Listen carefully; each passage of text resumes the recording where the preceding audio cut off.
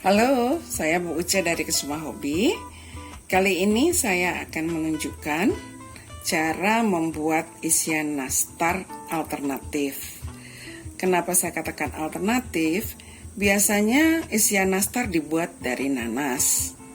Tetapi untuk sebagian orang, misalnya yang menjalankan ketofastosis lifestyle, ini sangat membatasi asupan karbohidrat. Dan nanas itu mengandung karbohidrat yang cukup tinggi.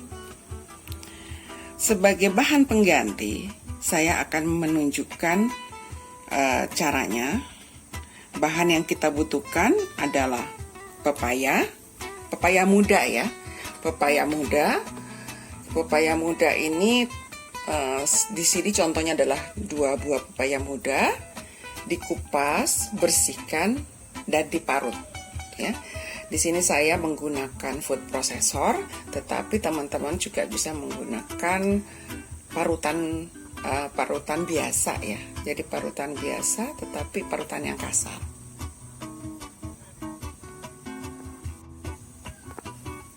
Selanjutnya, pepaya kita potong-potong terlebih dahulu ya. Jadi seperti ini. Karena saya menggunakan food processor, jadi tidak perlu saya potong terlalu kecil ya. Kalau menggunakan blender kita potongnya lebih kecil. Jadi ini bisa juga menggunakan yang manual ya, parutan manual. Kita parut seperti ini ya. Nah, di sini untuk menggampangkan saya pakai food processor ya. Jadi pastikan kita gunakan cakram ini ya, cakram parut. Tutup food prosesornya. Hati-hati ya, jangan sampai tangan kita juga ikut masuk. Masukkan ya. Kita hidupkan sambil ditekan.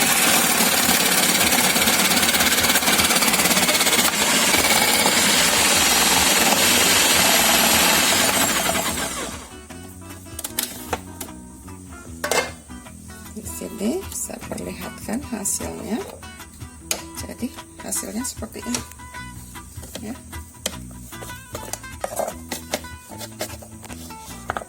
Lanjutkan terus sampai semua pepaya kita habis diparut.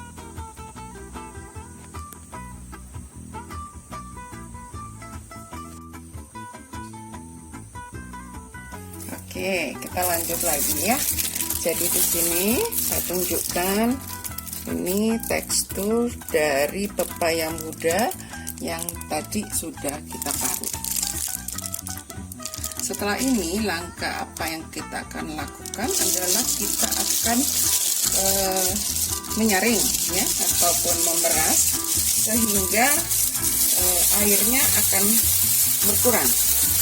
Ini saya buat sendiri ya, khusus untuk menyaring makanan.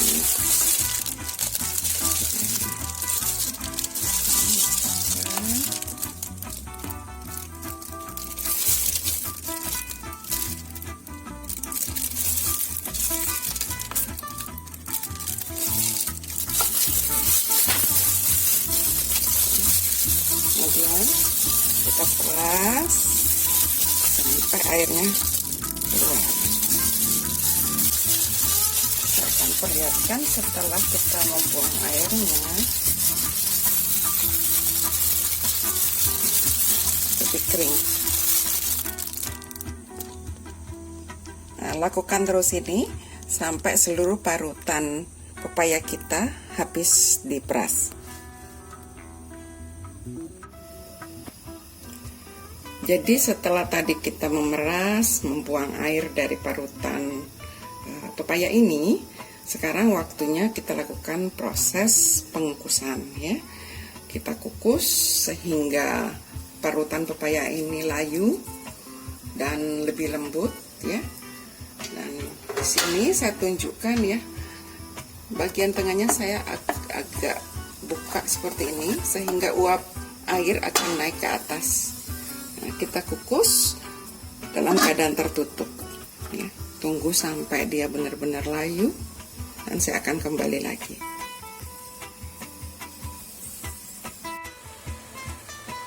Setelah 1 jam dikukus, kita lihat bagaimana.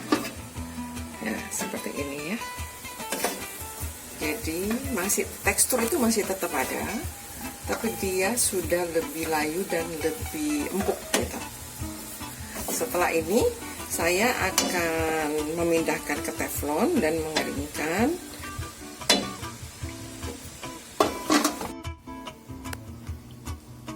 Setelah tadi kita sudah mengukus, kemudian saya masukkan ke teflon untuk kita proses lebih lanjut. Untuk proses lebih lanjut ini yang kita butuhkan adalah bahannya adalah sweetener.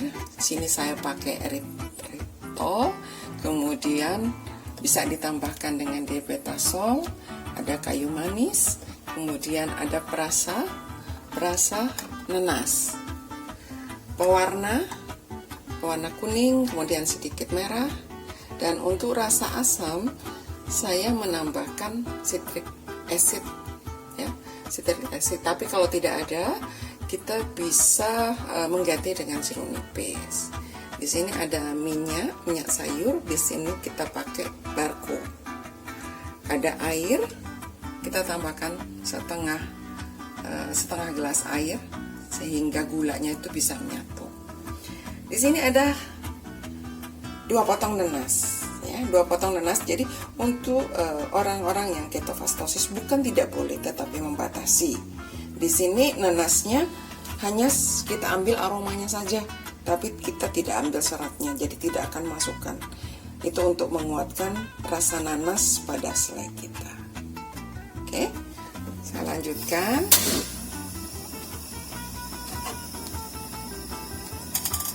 Saya tambahkan air,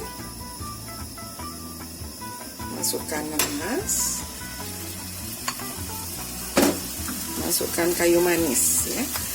Gula kita masukkan belakangan. Aduk terus sampai dia mengering. Kita aduk terus. Oh ya, apinya jangan terlalu besar, api kecil saja.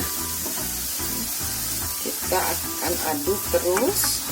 Nah, nanti saya akan kembali setelah dia berubah warna ataupun lebih aromanya sudah keluar.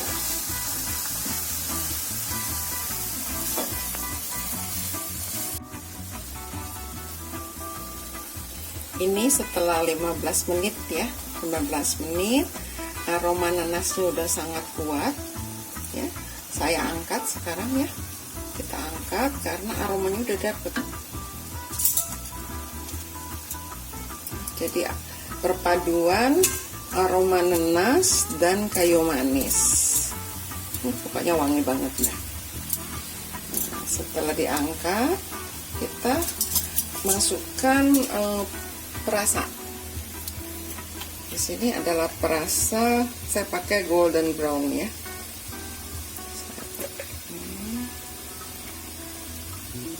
Kita berikan sedikit saja.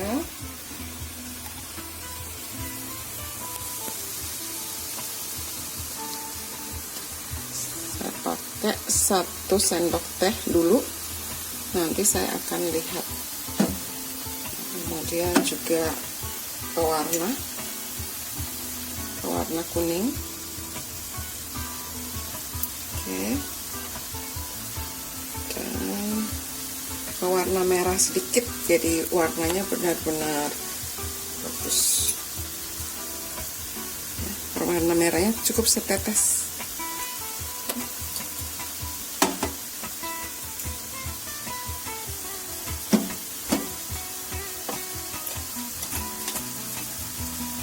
Aduk rata biar nanti kita lihat, kalau seandainya terlalu pucat kita bisa tambahkan pewarna.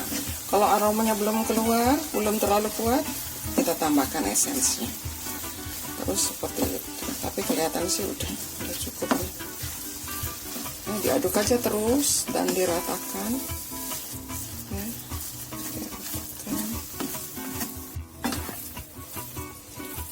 Warnanya udah cantik, aromanya udah kuat sekarang, dan udah mulai lebih mengering ya. Sekarang kita memasukkan sweetenernya. Bisa pakai lakanto, bisa pakai erythritol, kemudian ditambah dengan diabetasol. Di sini saya menggunakan erythritol. Ya. Masukkan 4 sendok.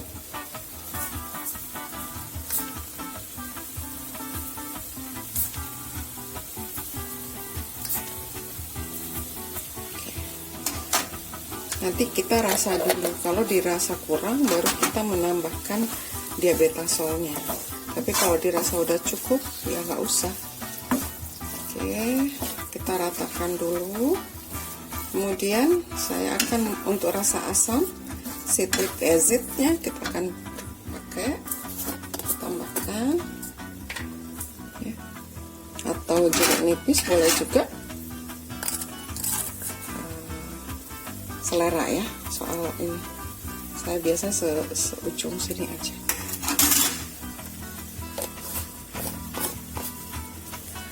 Diaduk lagi sampai dia benar-benar kering ya.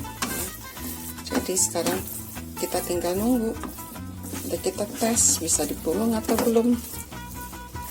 Ntar saya akan report kembali ya.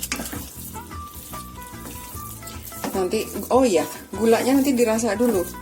Nanti kalau udah dirasa cukup, nggak perlu juga ditambah diabetasolnya.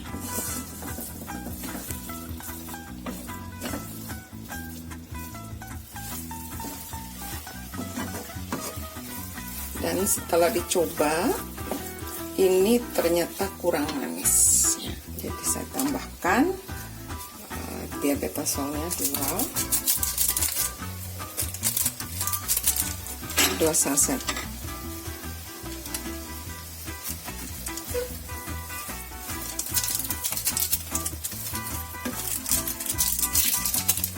Dan ada yang tadi saya lupa, him salt ya, kita berikan sedikit aja. Oke, nanti direpot lagi ya.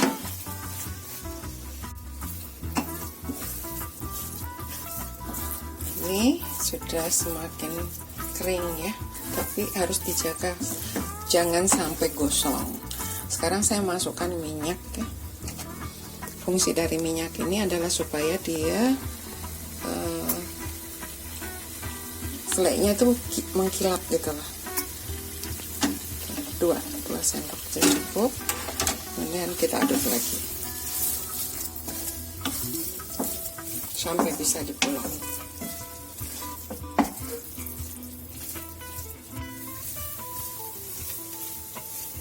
Akhirnya selesai juga selai nanas alternatif kita ya, buat isian nastar ya, udah padat dan udah bisa dipulung. Coba nanti saya akan pulung dan saya akan perlihatkan kembali.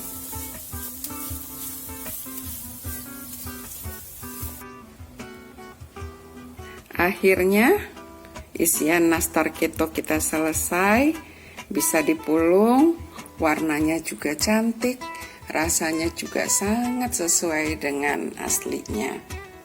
Jadi silahkan teman-teman coba membuat nastar ketonya.